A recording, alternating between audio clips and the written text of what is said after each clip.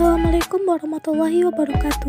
Perkenalkan, nama saya Devi Fitria, nomor BP 2111132007 dari kelas TIPC. Baiklah, saya akan membahas tentang plasmolisis, deplasmolisis, dan pergerakan sel. Plasmolisis adalah lepasnya membran plasma dari dinding sel pada sel tumbuhan. Plasmolisis terjadi jika sel tumbuhan diletakkan di larutan garam terkonsentrasi atau hipertonik. Sel tumbuhan akan kehilangan air dan juga tekanan turgor, menyebabkan sel tumbuhan lemah. Tumbuhan dengan sel dalam kondisi seperti ini layu. Tahapan-tahapan plasmolisis. Yang pertama itu plasmolisis baru jadi. Pada tahapan ini, air mulai mengalir keluar dari sel. Pada awalnya, sel menyusut dalam volume dan dinding sel menjadi terdeteksi. Yang kedua itu plasmolisis jelas. Pada tahap ini, dinding sel telah mencapai batas kontraksi dan sitoplasma terlepas dari dinding sel mencapai bentuk bulat. Yang ketiga, plasmolisis akhir.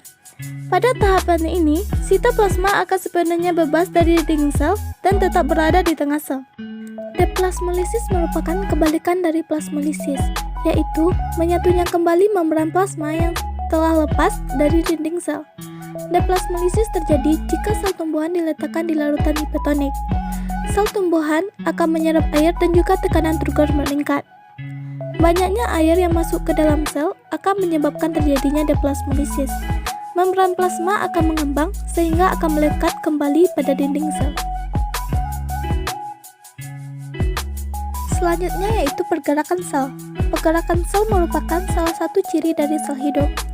Gerakan ini disebabkan adanya aliran sitoplasma. Tujuan dari gerakan ini adalah untuk mengirim nutrisi dan informasi genetik.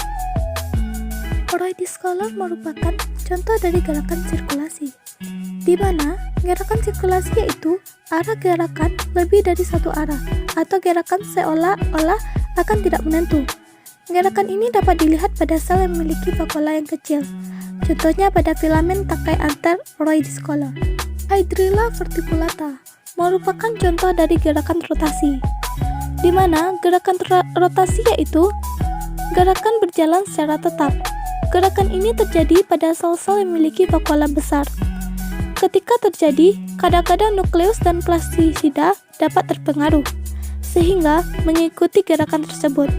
Contohnya, kloroplas pada daun Hydrilla verticulata. Sekian penjelasan dari plasmolisis, deplasmolisis, dan pergerakan sel. Terima kasih. Assalamualaikum warahmatullahi wabarakatuh.